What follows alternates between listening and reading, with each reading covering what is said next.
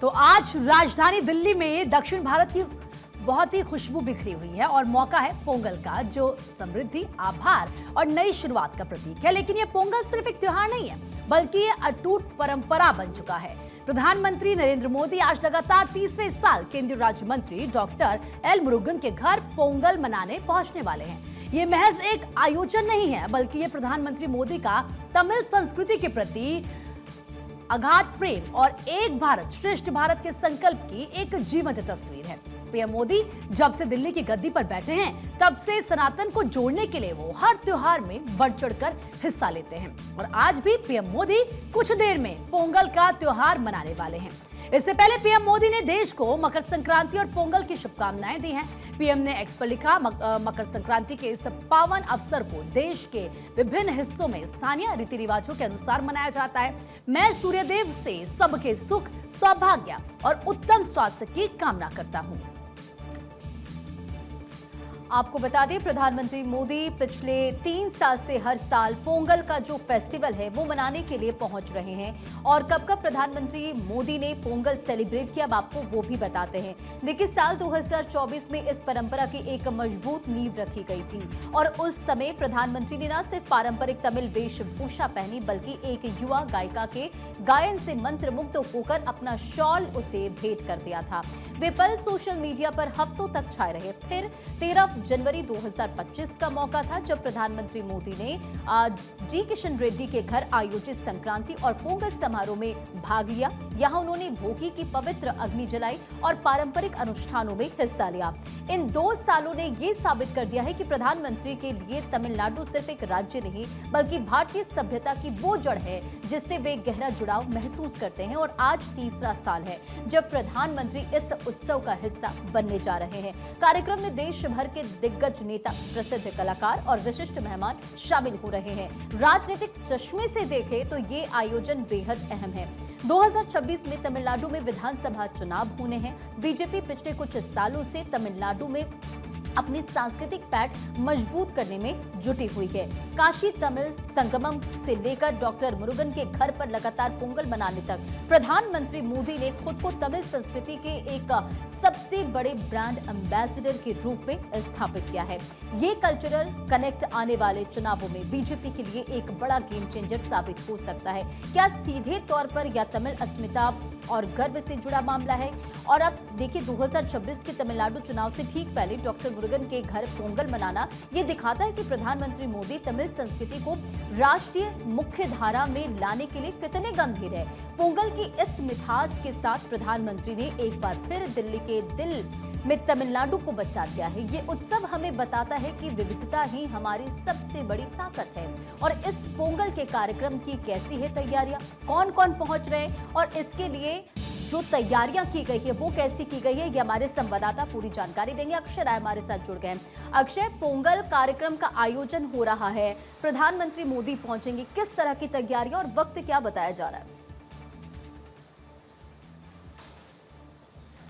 और देखिए, पहले 9:30 का समय बताया जा रहा था, लेकिन अब 10:30 बजे का समय कंफर्म हुआ है।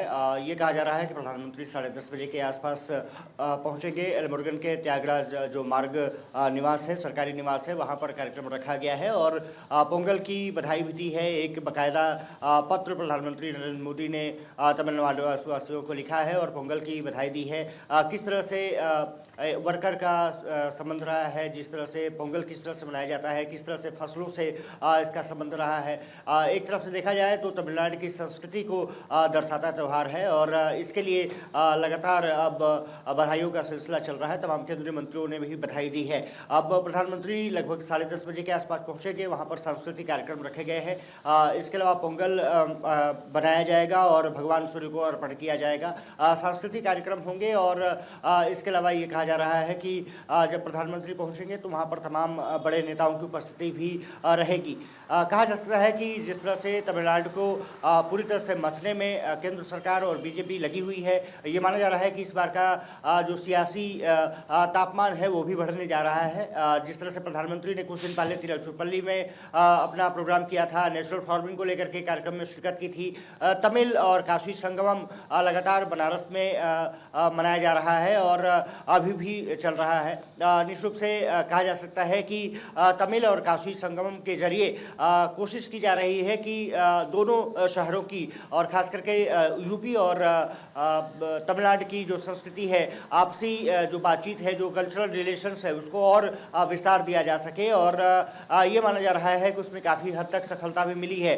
लगभग 8000 से ज़्यादा तमिल और वाराणसी के जो कलाकार हैं तमिल संगमम में शिरकत की। उन्होंने तमाम सांस्कृतिक कार्यक्रमों के जरिए तमिल और काशी के बीच जो संबंध रहे हैं उसको दर्शाया। सबसे बड़ी बात यह है कि छोटी काशी एक शिव काशी के रूप में जाती है तमिलनाडु में, वो उसका भी संबंध काशी से बनाया जाता है। और पिछली बार ये चर्चा चली थी कि कुछ लोगों को वहाँ पर काशी से शिव काशी भी ले जाया जा सकता है।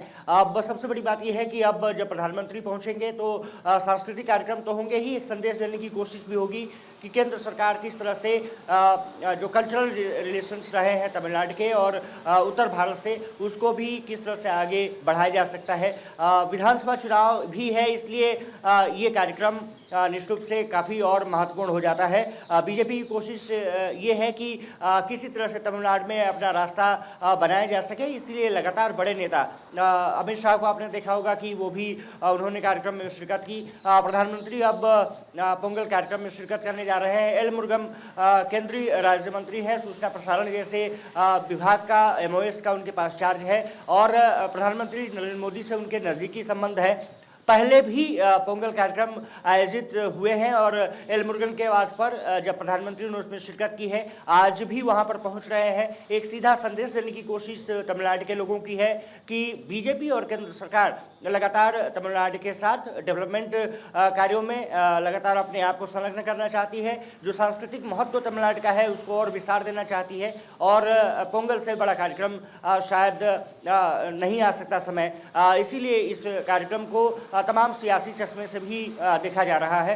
ये माना जा रहा है कि बीजेपी अपनी कोशिश कर रही है कि तमिलनाडु में अपना जो एक स्तर है वो बेहतर किया जा सके। AIADMK के साथ जो पन्नाला स्वामी है उनके साथ बातचीत भी लगातार चल रही है। तो कहा जा सकता है कि एक तरफ सियासी संग्राम तो दूसरी तरफ सांस्कृतिक महत्व, इनके बीच की अब कोशिशें हैं कि संबंध को और विस्तार दिया जा सके। इसलिए प्रधानमंत्री नरेंद्र मोदी का एल मुरुगन के घर पर कार्यक्रम में शिरकत करना तमाम बिंदुओं को रेखांकित करता है। अक्षय, PM नरेंद्र मोदी तमिल संस्कृति को दिल्ली के दिल में बसाने के लिए हम लगातार देख रहे कि किस तरह से इस संस्कृति में शामिल होते, तमाम आयोजनों में शामिल होते और ये तीसरा मौका है, तो जाहिर तौर पर ये अपने आप में काफी ज्यादा खास भी हो जाता है। बहुत महत्वपूर्ण हो जाता है और सबसे बड़ी बात यह है कि तमिल के साथ और खास करके तमिलनाडु के साथ जब भी प्रधानमंत्री वहां पर गए हैं, उन्होंने वहां पर जो पारंपरिक वेशभूषा है उन्होंने धारण की है। तमिलनाडु के दिल में जगह बनाने की कोशिश लगातार प्रधानमंत्री करते रहे हैं। कितना कामयाबी मिल पाएगी वो तो चुनावों में पता चलेगा, लेकिन इतना तय है कि जो सांस्कृतिक संबंध रहे हैं और तमिलनाडु के जो पारंपरिक त्यौहार रहे हैं उसको मनाने से पीछे प्रधानमंत्री नहीं हटते हैं। इसीलिए पोंगल जैसे त्यौहार पर वो लगातार बधाई भी देते रहे हैं। काशी और तमिल संगमम का जैसे मैंने दृश्य किया, प्रधानमंत्री नरेंद्र मोदी की अध्यक्षता में लगातार वहां पर शिक्षा मंत्रालय कार्यक्रम आयोजित करता रहा है और बनारस में बड़े कार्यक्रम आयोजित किए जाते हैं। खास करके कल्चरल रिलेशंस को एक तरफ से तालमेल के जरिए आगे बढ़ाने की कोशिश की जाती रहती है और तमिलनाडु से जो कलाकार हैं, सांस्कृतिक कलाकार हैं, उनको बुलाया जाता है। बेकायदा यूनिवर्सिटी के छात्रों को बुलाया जाता है और वहां पर जो पोंगल का ये फेस्टिवल है वो सेलिब्रेट होने वाला है। तमाम तस्वीरें आगे देखने का इंतजार होगा। फिलहाल के लिए बहुत बहुत शुक्रिया आपका।